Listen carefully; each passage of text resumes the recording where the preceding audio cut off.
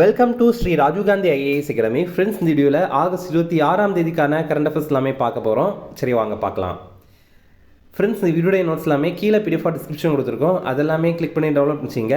அப்புறம் நம்ம Telegram group லிங்க்மே கீழே டிஸ்கிரிப்ஷன் கொடுத்துருக்கோம். அதுலேயுமே கிளிக் பண்ணி ஜாயின் பண்ணிங்க. நம்முடைய டெலிகிராம் குரூப்பில் கரண்ட் அஃபேர்ஸ் குவிசஸ் நடத்திட்டு வரோம். நீங்களுமே ஜாயின் பண்ணி அட்டன் பண்ணிக்கலாம். ஓகே, சரி வாங்க பார்க்கலாம். ஃபஸ்ட்டு, இந்தியாவில் பணக்கார முதல்வர்கள் பட்டியலில் முதலிடம் பிடித்தவர் யார்? இதற்கான ஆன்சர் சந்திரபாபு நாயுடு. இப்போ பார்த்தீங்க அப்படின்னா, நம்ம இந்தியாவுடைய ரொம்ப பணக்கார முதல்வர்கள் யாரெல்லாம் அப்படிங்கிற லிஸ்ட்டை வெளியிட்டிருக்காங்க.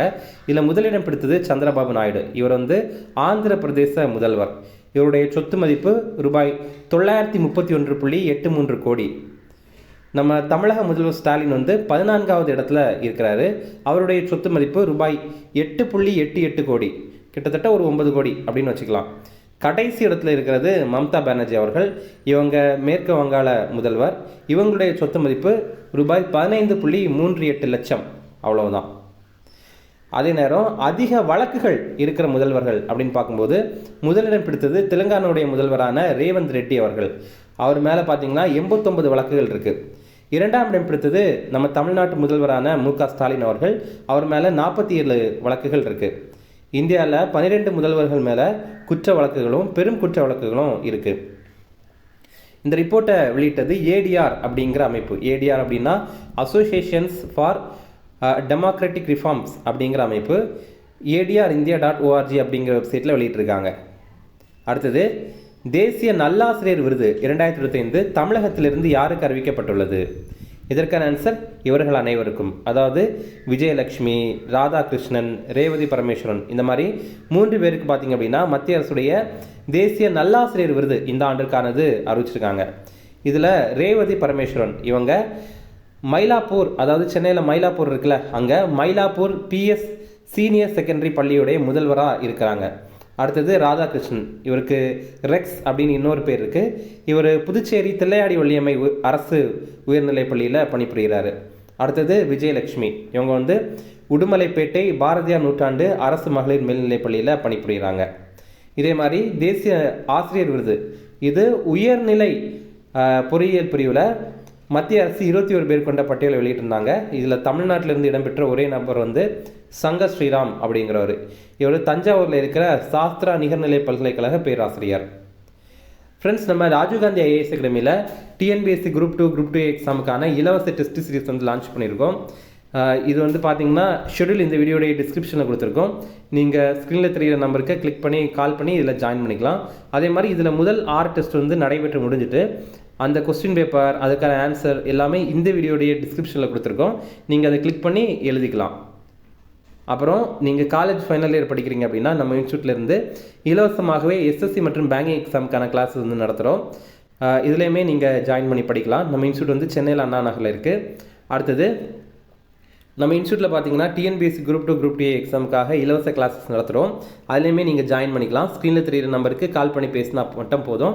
நம்ம இன்ஸ்டியூட் சென்னையில் அண்ணா நகரில் தான் இருக்குது. அடுத்தது, மீராபாய் சானு எந்த விளையாட்டுடன் தொடர்புடையவர்? இதற்கான ஆன்சர் பளுதூக்குதல். நம்ம இந்தியாவுடைய முக்கியமான வீராங்கனை தான் மீராபாய் சானு. குஜராத்தில் காமன்வெல்த் பளுதூக்குதல் சாம்பியன்ஷிப் போட்டி நடைபெறுது. இதில் மகளிர் 48 கிலோ இடைப்பிரிவில் மீராபாய் சானு தங்கம் ஜெயிச்சிருக்காங்க. 2020 டோக்கியோ ஒலிம்பிக் போட்டியில் கூட இவங்க வெள்ளி ஜெயிச்சிருந்தாங்க 49 கிலோ இடைப்பிரிவில். அடுத்தது, வல்லபாய் பட்டேல், பிர்சா முண்டா, வாஜ்பாய் பிறந்த நாளை கொண்டாட யாருடைய தலைமையில் குழு அமைக்கப்பட்டது? இதற்கான ஆன்சர் பிரதமர் மோடி. இப்போ பார்த்தீங்க அப்படின்னா சர்தார் வல்லபாய் பட்டேல் இவருக்குடைய 150வது ஆண்டு பிறந்த தினம் இந்த ஆண்டு நம்ம கொண்டாடுறோம். இவர் 1875வது ஆண்டு அக்டோபர் 31ஆம் தேதி பிறந்தார். அடுத்தது பிர்சா முண்டா, இப்போ பழங்குடியின முண்டா கிளர்ச்சியுடைய தொடர்புடையவர், பழங்குடியினத்தை சேர்ந்தவர். இவருடைய 150வது ஆண்டு பிறந்த தினத்தை நம்ம இந்த ஆண்டு கடைபிடிக்கிறோம். இவர் பார்த்தீங்கன்னா 1875வது ஆண்டு நவம்பர் 15ஆம் தேதி பிறந்தார். அடுத்தது வாஜ்பாய், நம்ம இந்தியாவுடைய முன்னாள் பிரதமரான அடல் பிஹாரி வாஜ்பாய். இவருடைய 100ஆண்டு பிறந்த தினம் போன ஆண்டு வந்தது. 1924வது ஆண்டு டிசம்பர் 25ஆம் தேதி தான் இவர் பிறந்தார். அப்போது இந்த 3ஐயுமே கொண்டாடுறதுக்காக 3 உயர்நிலை குழுக்களை மத்திய அரசு அமைத்திருக்காங்க. இதற்கு யார் தலைமை தாங்குறாங்க அப்படின்னா நம்ம பிரதமர் நரேந்திர மோடி அவர்கள்.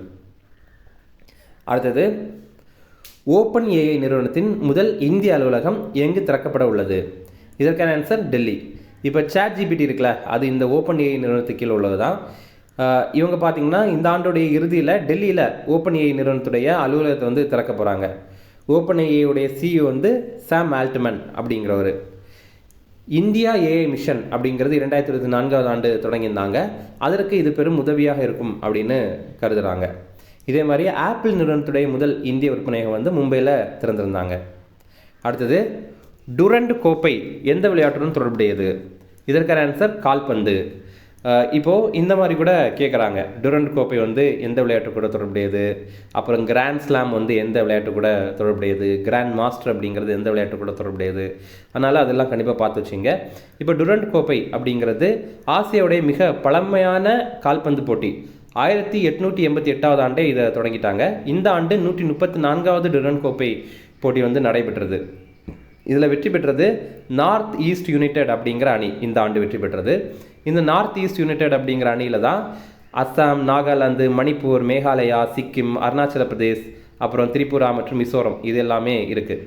இந்த போட்டி எங்கே நடைபெற்றது அப்படின்னா கொல்கத்தாவில் விவேகானந்த யுப பாரதி கிரிகிரிங்கன் அப்படிங்கிற பகுதியில் தான் நடைபெற்றது.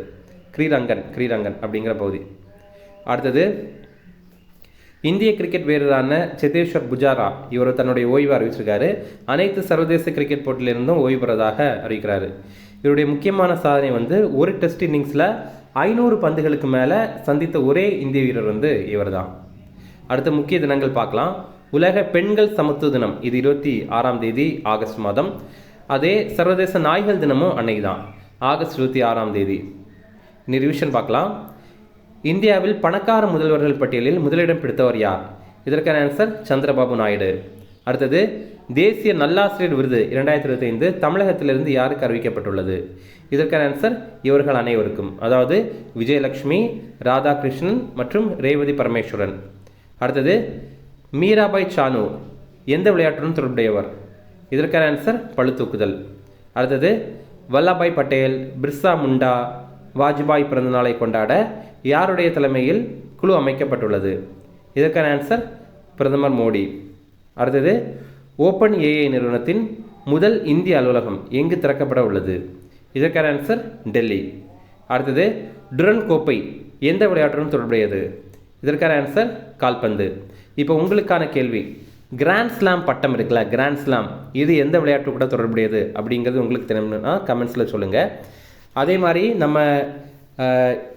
நம்ம சேனலில் பார்த்தீங்க அப்படின்னா நம்ம ஏற்கனவே மத்திய அரசுடைய திட்டங்கள் தொடர்பாக வீடியோ போட்டிருக்கோம். அதே மாதிரி தமிழக அரசுடைய திட்டங்கள் தொடர்பான வீடியோ போட்டிருக்கோம். அப்புறம் முக்கியமான 100 கரண்ட் அஃபேர்ஸ் ஒவ்வொரு மாதத்துக்கும் போட்டிருக்கோம்.